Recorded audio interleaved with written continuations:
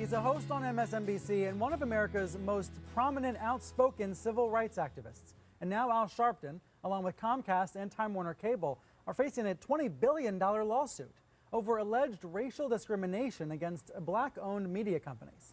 Now, in the complaint, Byron Allen, a comedian, TV presenter, and CEO of Entertainment Studios, alleges that Comcast gave Al Sharpton that 6 p.m. show on MSNBC, for which he's been paid approximately $750,000 per year, despite notoriously low ratings, and in exchange for his continued public support for Comcast on issues of diversity.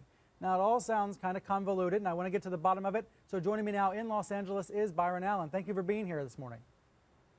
Thank you, Brian, for having me. This case has been getting a lot of coverage this week. We've heard from Comcast, and I'll read their comment in a minute. But tell me the 1-minute version of what you're alleging. Real simple. The cable industry, AT&T, DirecTV, Comcast, Time Warner, they spent about $50 billion a year licensing cable networks and advertising, with less than $3 million per year going to 100% African-American owned media. Now, what they do is they make token donations to people like Al Sharpton, the NAACP, the Urban League, and after taking those donations, they negotiated a fraudulent MOU that says this is okay for black people to live by. What America needs to understand is that Al Sharpton does not speak for me. Al Sharpton does not speak for black people. It's like I ask people, who is the white person who speaks for you? It's racist to even believe that Al Sharpton is the go-to person. Shame on you, Sony, for thinking sit down with Al Sharpton and that negates your racist emails about President Obama. So it's real simple. These token donations they make to him, as reported in the New York Post, allows them to have racial cover. This is why we're not getting enough advertising or any advertising from McDonald's and Coca-Cola and Chrysler and General Motors and AT&T. They don't spend any money with African-American owned media. Something that's very alarming, AT&T spent more money on Al Sharpton's lavish 60th birthday than they spent on Ebony magazine, the biggest African-American magazine in America, around 70 years, 10 million readers per month. AT&T spent only $30,000 on that magazine. Walmart has given money to Al Sharpton. Walmart doesn't spend any money in Ebony magazine, and they barely do business with me in a long-term partnership, and I'm constantly going back and forth with Walmart and Chrysler as well. So he is the least expensive Negro. Don't really do business with real African-American owned companies. Something like that sound. I mean, when you say that about Al Sharpton, are you saying he's the numbers are actual. The numbers are just follow the money. That, you know, don't do business with real African-American owned companies. Just make a token. Give him $50,000 and a bucket of chicken, and we're good. We won't have any problems with real African-American owned media. You should not be Chrysler. You shouldn't be giving him money and not spending money with me and others like me and Stevie Wonder's radio station here in Los Angeles. But aren't you trying to shake them down the same way by filing this lawsuit, which you know is not going to succeed? Look, Brian, let's define a shakedown. He doesn't give anything in return. I am a legitimate businessman.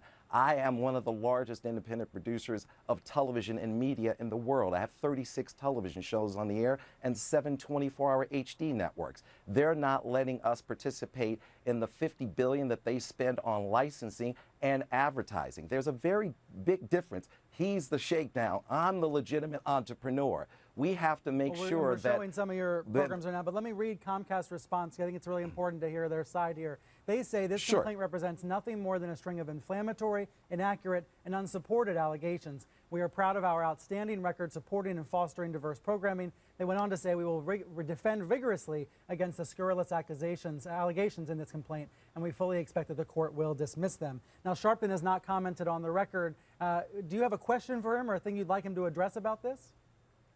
No, Al Sharpton's not that. He's not important. He's nothing more than a black pawn in a very sophisticated white economic chess game. He's being used by his white masters at Comcast and AT&T. He just needs to shut up and get in the bleachers. What we have to do is get these corporations to understand you must include African-American owned media. We have to stop the financial genocide against the black community. You understand how offensive this all sounds to someone like Al Sharpton.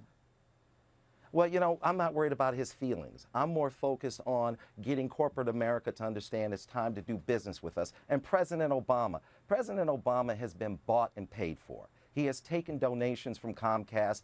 Comcast is his biggest contributor. AT&T is one of his biggest contributors. Listen, Obama, your own FTC is investigating AT&T for throttling. How can you even consider them to buy DirecTV when you're suing them? Is it because you took donations? Yes, Obama. Don't even think about letting them merge until they settle this lawsuit and that lawsuit. Comcast got caught. Well, It sounds Brian, to me this like is your important. main issues here are about the mergers, Comcast, Time Warner Cable, and AT&T DirecTV. No, Brian, let me be clear. My main issue is about economic inclusion for African Americans. Comcast deployed software that slowed down video over the web in 2008.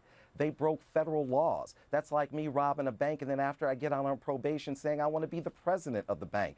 Obama has to do more. I'm very proud of what Obama has done for the gay community. I'm very proud that he has achieved gay marriage. And if you can do that, you can achieve economic inclusion for all Americans, especially African Americans who have been left the furthest behind. Obama, you bailed out the banks. The banks you bailed out don't even make commercial loans to African Americans. Obama, you bailed out the car companies. Those car companies don't advertise with people like me and people like Ebony Magazine. Obama controls close to $2 billion in advertising. Join the Army, join the Navy, join the Marines. It sounds like we as African Americans do not receive. Consolidation. Yeah. Brian, you're not hearing me. Brian, listen to me carefully. My concern I hear what you're is saying. that You're saying that they're not African-American- advertising with independently owned media. These are issues about media consolidation, but I understand that you're making these racial points about how they affect African American communities and businesses. I do want viewers It's not to know, just about we read the media. Comcast statement, and we'd like to hear from Sharpton as well on this, and hopefully we can in the future. But Mr. Allen, I do appreciate you being here this morning and telling us about the suit. Okay, Obama, do the right thing.